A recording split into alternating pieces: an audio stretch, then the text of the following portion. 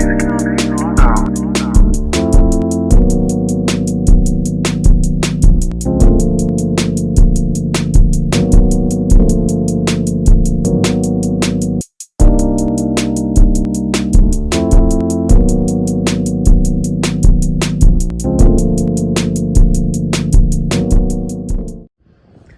right, guys, so just replaced this arm for this awning here. Got left out in the wind and it caught it and it tore it all up.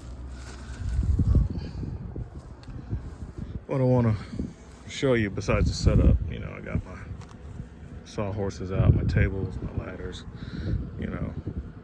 Because this is such a long awning, it's gonna change the way I install this. I'm not gonna roll the fabric on the tube and use my dead man rollers.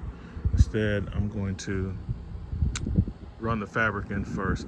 But one thing I want you to see is that bracket right there. Had a service manager at Blue Compass, Lexington, South Carolina, to try to tell me that, you know, travel trailers don't get the bracket, and I'm trying to explain to her, as I used to work there before it became Blue Compass, when it was John's RV, and I'm trying to tell her, like, listen, after a certain length, when you have an awning that's this long, this is a pretty long awning, it's like a 21 foot, you have to have the bracket in the middle, or the tube bows out and it bends. So that support has to be there. So if you got a long awning and you don't have that, you're gonna have problems. So I understand that they don't make the campers, but when you sell the campers and the problem already has presented itself before you sell it, you need to put the bracket on there, even if the manufacturer did not, and charge them for it. But yeah, so now that I have installed the new arm, and when you're doing these guys, you simply want to start off, take the head assembly off, and just button up the ears, and then you come down and hit the bottom. You see, I took the original zip tie off and put one that allowed me to let it out a little bit. So now I'll start working with the fabric. But yeah, I just wanted to show you that with that bracket. Now I've had this sitting out here the whole time. This is my second trip out here, and this has kind of been all folded up. You see how it's all gnarly. It's not really sunny, so this didn't get really hot, but I got to work with what I have, so it's severely wrinkled from the way it was stored. So I'll get my ladders started up and remove the spout so that I can start running this fabric in. All right, so let's take a nice screwdriver and flare out the ends. Doesn't take much, so that you can get this going, and I'm using the Dawn as a lubricant. So as you can see, when you're dealing with something like this big, it's easier to just, the fabric itself is heavy, so imagine trying to, with one person, manhandle this, even with the dead man rollers. The rollers would make it a lot easier and doable, but it's a lot less effort to simply remove the heads from the awning arms, at least on the side where you're feeding it through. And it has, these new fabrics have that. The cord is integrated with the awning. It's a really stiff piece of plastic, kind of like a soft connect. So it's pretty easy to push that through.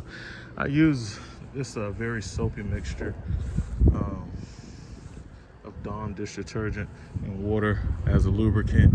It worked okay. My Teflon spray works better, but at least when the Dawn rolls down the side of the camper, it won't leave a chemical streak. It's just soap and water. So now that I have that complete, I will install the heads and work on the wiring, get that done. And next, from the ground level, I will set up my sawhorses and move them up to here and slide the tube onto that cord so that we can have the tube attached. So those are the next steps. Let me get the head assemblies installed. Okay, so they make these with screws, little square head, short self-tapping screws. They always come out and cap comes off, awning fails. That's something I see quite frequently whenever I work on them, especially after I have to redo the awning. I replace it with rivets. So 3/16 inch rivet, 3/16 inch drill bit. So let's see, we got 3/16. Now here's somebody keeps leaving in the comment, oh, you should use a 5/32 drill bit to install a 3/16 rivet. Well, as you could see, the size difference between a 5/32 and a 3/16, that rivet's not going to fit in that hole. 3/16 rivet is 3/16 inch in diameter. It fits snugly in a 3/16 hole. All right, so let's get some 3/16 inch rivets. So my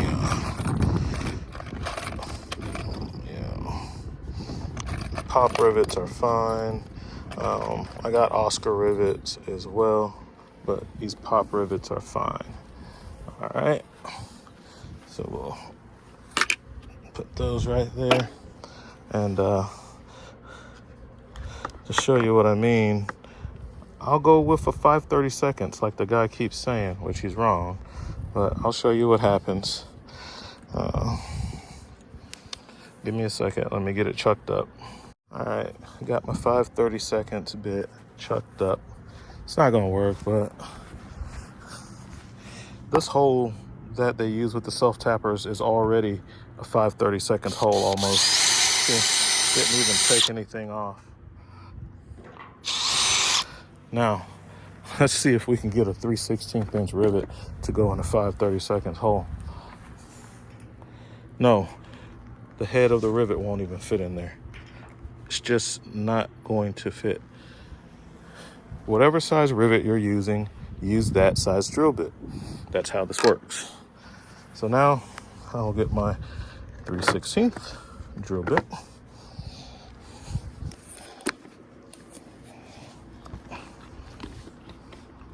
Take out the 5/32.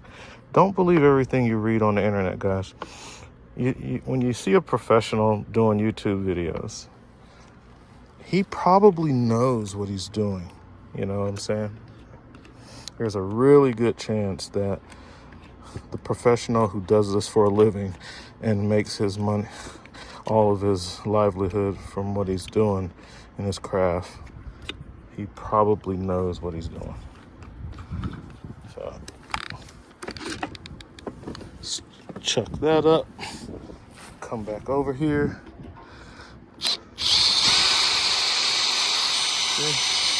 Actually removing material.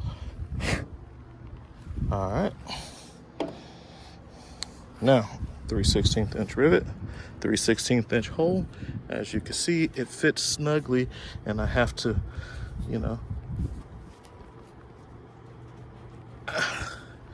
I'll press it in with my gun. But 3/16 inch drill bit for 3/16 rivet. I normally use my rivet gun to force it down. So you see how tight it is with the appropriate size drill bit. So obviously a smaller bit will never work. So here's the factory side, and that's what they use, these little screws. This one's tight. That's the old set screw from the fabric. I'll take that out. You see all this trash in the track? Definitely gotta take that out. And this cap,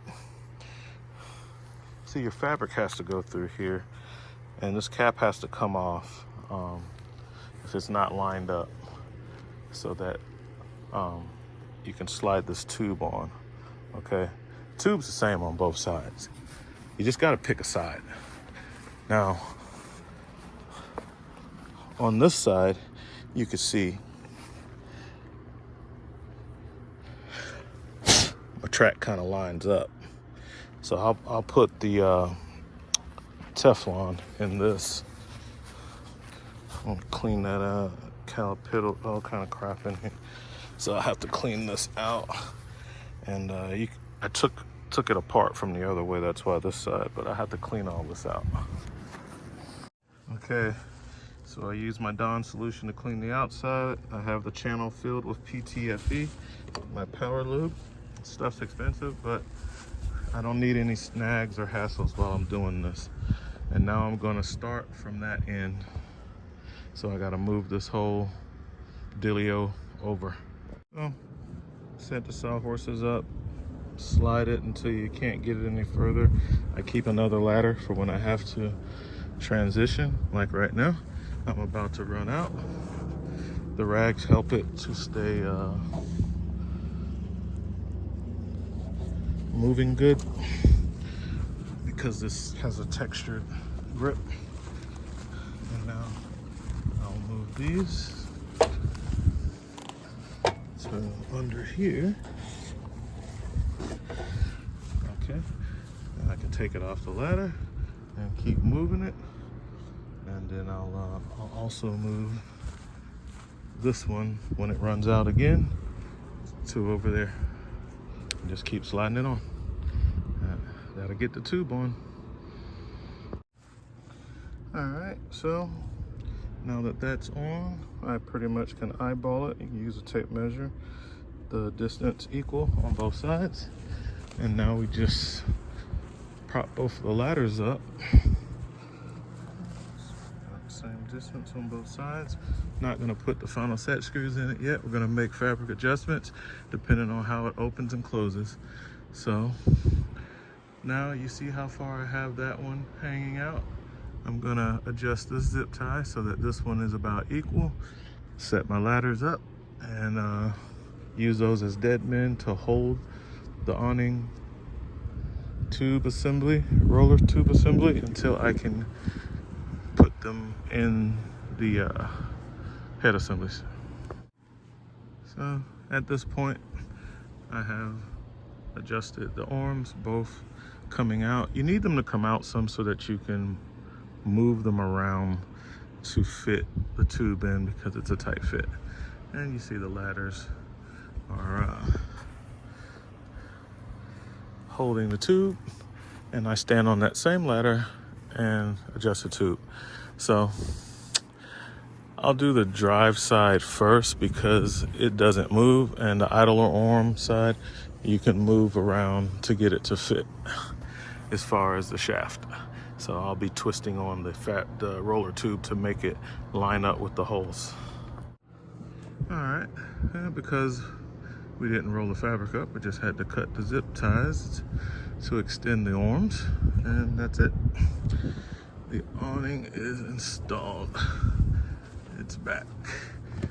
Now I just have to wire it up, running in and out a few times to make sure the fabric adjustments are correct. And that is it, folks.